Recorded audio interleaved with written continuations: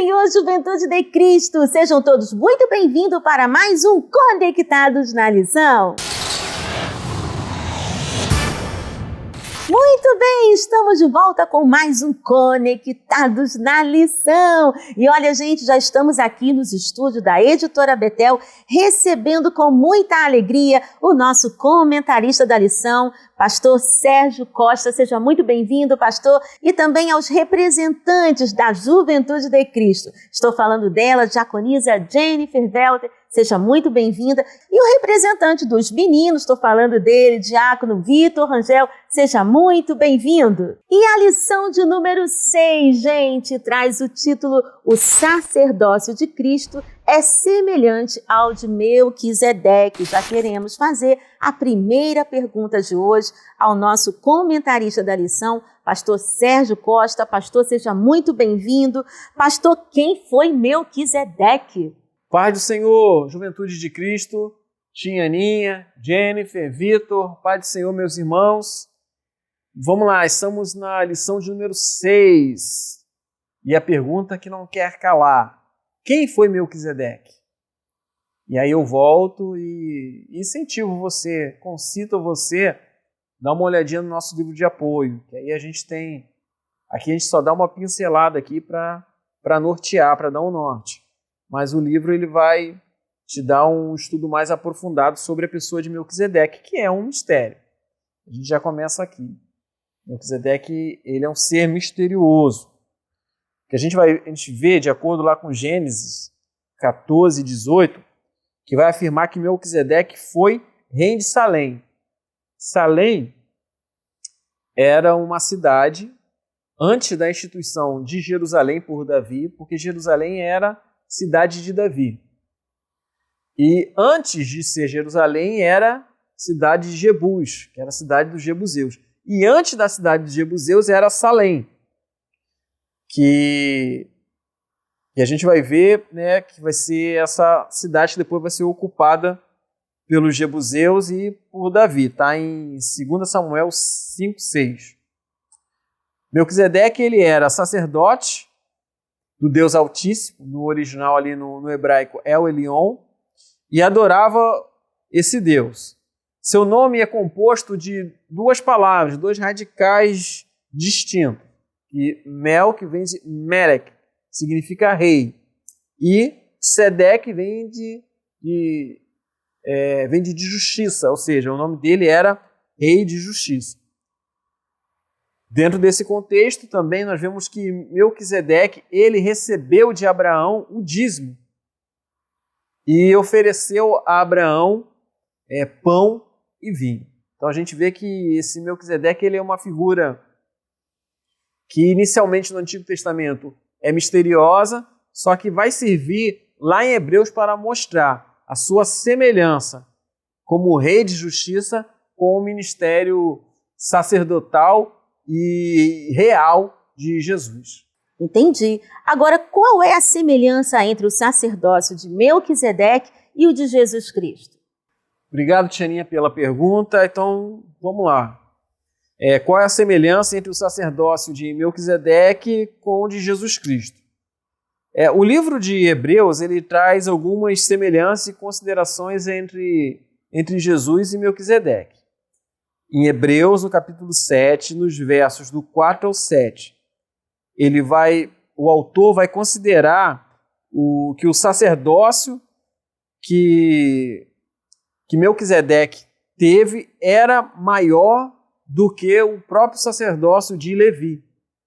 Por que isso? Porque você sempre oferece o dízimo àquele que é maior. No caso, quando Abraão oferece o dízimo a Melquisedeque, ele está querendo dizer que Melquisedeque é maior do que Abraão, porque ele recebe o dízimo de Abraão. Tendo em vista que Levi é filho de Abraão, filho descendente de Abraão, que eu quero dizer, até porque filho de Abraão é Isaac, depois Jacó, e de Jacó saem as 12 tribos. E uma dessas tribos era a tribo de Levi. Então, Levi é descendente direto de Abraão. Logo, Melquisedeque é superior ao sacerdócio levítico. Outra característica que nos chama a atenção está em Hebreus 7, verso 3, que é pelo fato de não ter citação de sua genealogia. Então a gente não vê ali de quem Melquisedeque era filho de quem?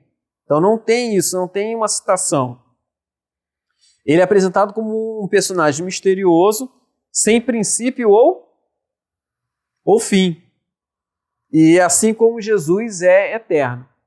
E a gente sabe que na eternidade Jesus também não tem o quê? Não tem nem início nem fim. Ele é sempre eterno, ou seja, ele sempre existe. Não há mudança, não há sombra de variação no ser do Filho de Deus, na eternidade especialmente. Em Hebreus 7, 24, nós vemos que o seu sacerdócio é semelhante ao de Jesus, que é atemporal, ou seja, Jesus é sumo sacerdote porque a sua intercessão está além do tempo. Ele é atemporal. Então nós podemos sempre clamar a Jesus. Ele está sempre disposto a mediar as nossas petições ante o Pai, diante de Deus. Por isso que ele diz, tudo o que pedires em meu nome, e o Pai concederá. Conectou? Lembrando que a Editora Betel disponibiliza para a Juventude de Cristo o PIO, Plano de Incentivo à Leitura, que são subsídios que agregarão ainda mais o conhecimento nos estudos da palavra. E olha, nós estamos recebendo hoje aqui um representante da Juventude de Cristo. E eu estou falando dele, o diácono Vitor Rangel. Seja muito bem-vindo. Vitor, o que o PIO traz para a gente para essa semana? A paz do Senhor, Tianinha. A paz do Senhor, Pastor Sérgio, a paz do Senhor, Jennifer, a paz do Senhor, Juventude de Cristo. O PIO dessa semana, que é o Plano de Incentivo à Leitura, tem por tema o governo superior de Cristo. A própria palavra nos relata que Deus deu um nome para Jesus que está acima de todo nome e tudo está sujeito à sua vontade, ao seu poder, à sua soberania. Nada pode ficar no mesmo lugar que Ele. Ele é e nada pode mudar isso. E Pastor Sérgio, a juventude quer saber por que o governo de Cristo é superior aos demais. Ok, Vitor, então por que o governo de Cristo é superior?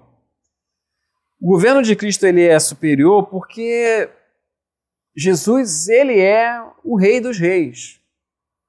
Essa promessa da realeza do Messias não começa somente lá em Samuel, quando Deus faz a promessa a Davi. Nós vemos que já no Gênesis, Deus fala de que sairia um rei ali da tribo de Judá, quando Abraão faz a promessa aos seus filhos. No Pentateuco também, a gente vê a promessa que Israel seria governado por um rei. Então, a promessa da monarquia que sairia de Israel, a própria promessa, voltando de novo em Gênesis, a própria promessa de Abraão, que nele todas as famílias seriam abençoadas, lá no capítulo 12 de Gênesis. Então a gente vê que o reinado de Cristo, ele é superior porque ele é um reinado que não terá fim e ele é um reino de justiça e de equidade, de paz e de amor. Todos os reis se submeterão ao Filho e toda língua confessará que Jesus Cristo é o Senhor, para a glória de Deus Pai. Ou seja, em Cristo, o reino de Deus, ele se cumpre plenamente, sendo um governo de justiça e um governo de igualdade entre os homens. Uau, conectou! Lembrando que a Editora Betel disponibiliza para a Juventude de Cristo o livro subsídio do trimestre. Gente, Carta aos Hebreus, do nosso querido comentarista pastor Sérgio Costa. E você não pode ficar de fora dessa preciosidade. Adquira já o seu exemplar em um desses telefones que estão passando na sua tela. Bem, nós vamos ficando por aqui, mas temos um encontro marcado na próxima semana para mais um Conectados na Lição.